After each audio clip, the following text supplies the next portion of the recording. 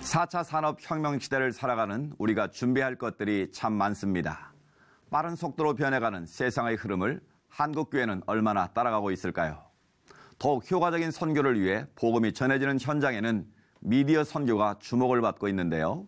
오늘 이슈를 보는 창에서는 아시아연합신학대학교 선교대학원 미디어 선교 이미향 교수 모시고 관련 말씀 나눠보겠습니다.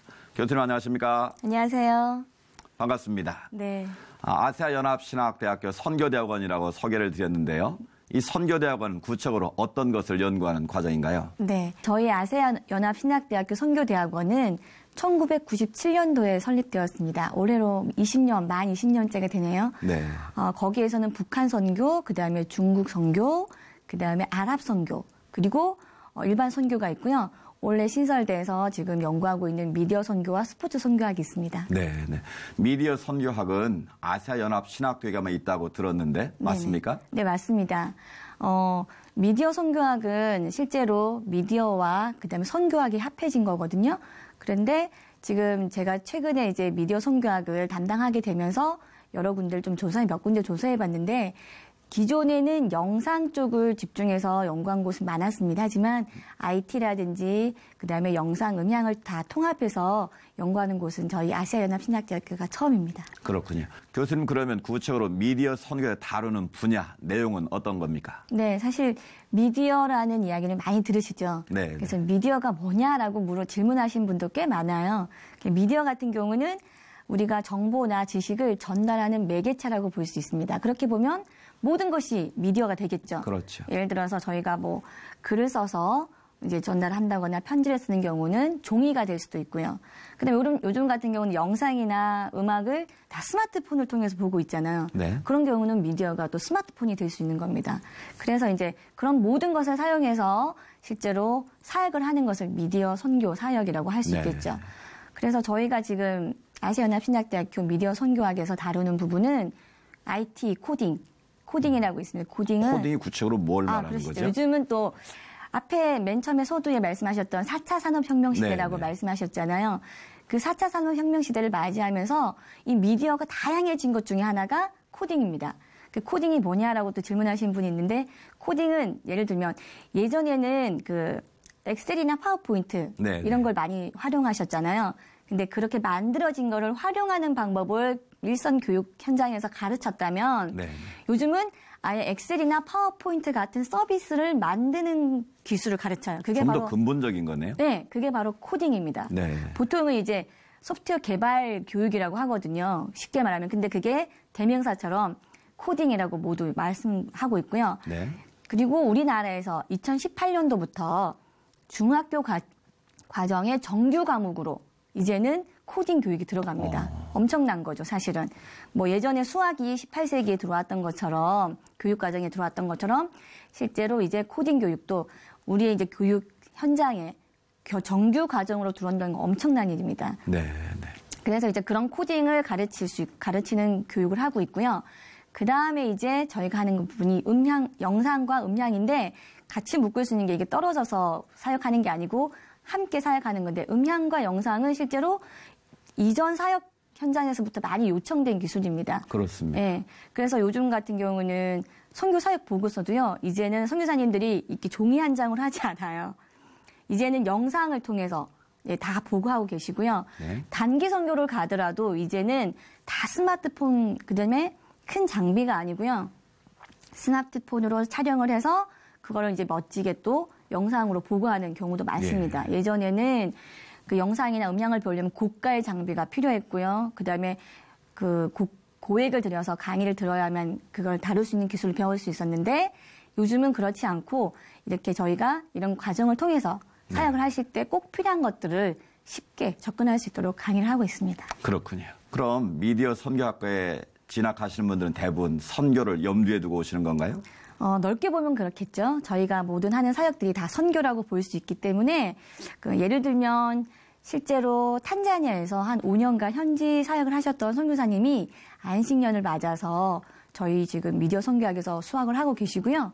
그다음에 몽골에서 온 유학생이 있어요. 신학생인데 다시 몽골에 가서 코딩 교육을 하고 싶다고 그런 준비를 해서 지금 공부하고 있는 학생도 있고 그다음에 이제 학원 사역을 통해서 대안학교를 꿈꾸고 있는 개척교회 사모님도 계시고요.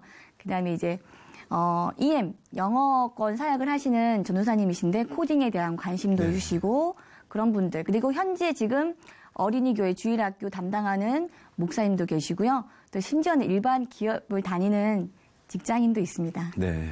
그러니까 해외 선교사뿐만 아니라 네네. 현장에서 필요로 하는 분들이 모인다는 네, 말씀이신 것 같은데요. 저도 사실 좀 놀랐습니다. 그러면 일선 현장에서 그런 선교 미디어학이 얼마나 활용이 되고 있습니까? 실제로 아직까지는 미디어가 많이 사용되고 있다고는 제가 보기에는 좀 아닌 것 같습니다. 그렇지만 필요는 많이 느끼고 있는 것 같아요. 네. 왜냐하면 실제로 뭐 해외뿐만 아니고 국내에 저희가 사역을 돌아본다고 할 때도 교회 등에서 영상이라든지 음향 이런 부분들이 많이 필요하잖아요. 그런 부분에서 이미 필요는 느끼고 있는데 미디어를 어떻게 사용해야 될지 그런 것들에 대해서는 아직까지 많이 이렇게 보급이 안 된 것 같습니다. 네, 우리나라는 뭐 이 인터넷의 인프라가 잘 갖춰져 있지만 네네. 직접적으로 적용해야 될 선교 현장들을 보면 시설과 이 인터넷 인프라가 약하지 않습니까? 그렇죠. 그러자면 이걸 제대로 활용할 수 있을까라는 염려가 드는데 네, 현실은 맞습니다. 어떻습니까? 실제로 뭐 저희 탄자니아에서 오신 선교사님 말씀을 들어봐도 그 현지에서 이렇게 어떤 미디어를 사용해서 사역을 하신다는 것 자체가 쉽지는 않다고 제가 들었는데요. 네. 그렇지만 요즘은 뭐 세계적으로 많이 보급된 스마트폰이라든지 영상을 스마트폰으로 촬영해서 사역 보고를 한다거나 또는 그런 영상을 통해서 복음을 전달한다거나 이런 부분도 있을 수 있고요. 컴퓨터 없이 하는 언플러그드 액티비티라는 게 있어요. 네. 그런 것들 통해서 실제로 컴퓨터가 어떻게 운영되고 하는 것들을 재밌게 보드게임, 예를 들면 보드게임이 그런 네. 건데 보드게임처럼 그렇게 해서 교육하는 경우도 많아서 사실 저희가 지금 연구하는 것 자체가 그런 어떻게 보면은 우리나라 같지 않은 좀 그 발전되지 않은 나라 선교지에서 거기에 맞는 환경에 맞는 컨텐츠로 어떻게 복음을 전할까라는 컨텐츠를 연구하는 것이 저희의 또 목표이기도 합니다. 이 사실 미디어 관련 교육은 교회 학교 교육에 많이 유용하지 않습니까? 네네. 지금 다음 세대를 살리기 위해서 많은 노력을 하고 있는데 네. 교회 학교 교육에 미디어 어떻게 활용할 수 있을까요? 사실은 요즘 뉴스 보면은 교계 뉴스를 보면은 교회에 주일학교가 없는 교회가 많다는 뉴스를 들어서 사실 저도 많이 마음이 아프고요. 네, 약 70%가 없다. 네, 맞습니다. 네. 그런데 저도 사실은 어린이 교회 교사이기도 합니다. 그런데 네. 그 학생들이 왜 교회로 안 올까 했을 때 재미가 없답니다. 근데 그 학생들이 지금 그 다음 세대들이 관심 있는 쪽이 미디어거든요. 그렇죠. 그 미디어를 통해서 그 안에 복음을 심을 수 있다면 저는 그 학생들이 올 거라고 생각합니다. 그래서 저희 같은 경우는 여름 성경학교라든지 겨울 성경학교 캠프 같은 데에 코딩이라는 것을 아예 그 프로그램으로 편성을 해서 넣고 있어요. 예. 그래서 그 안에다가 복음까지 넣으면 최고의 수단이 방법이 아닌가라는 생각을 해요. 또 다음 세대들이 우리나라만 있는 것이 아니잖아요. 선교지에 있는 다음 세대들이 이걸 통해서 많이 성장할 수 있다고 저는 보기 때문에 네.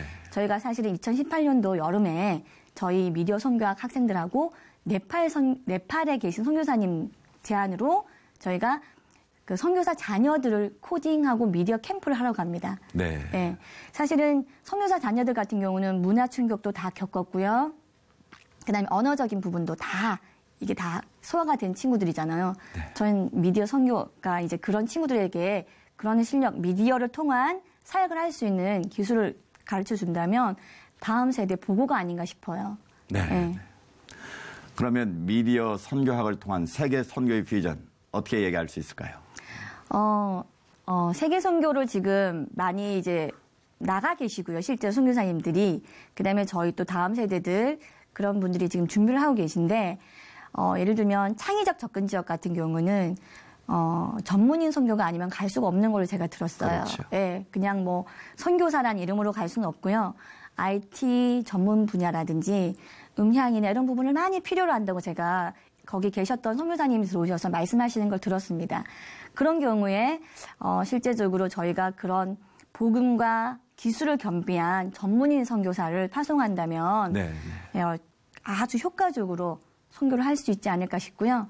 그 다음이 다음 세대라고 저는 보고 있기 때문에 저희 이제 미디어 선교가 바라봐야 될 것이 전문인 선교, IT를 겸비한 전문인 선교와 다음 세대를 품고 거기에 맞는 컨텐츠라든지 그다음에 미디어 사역에 대한 매뉴얼이라든지 이런 것들을 준비하는 게 맞지 않을까 싶고요. 그래서 저희가 미디어 사역 연구소라는 것도 지금 개설하려고 준비하고 있습니다. 네, 미디어를 통한 선교의 확장을 꿈꾸고 더욱 활용할 수 있기를 기대해 봅니다. 교수님 오늘 말씀 감사합니다. 감사합니다.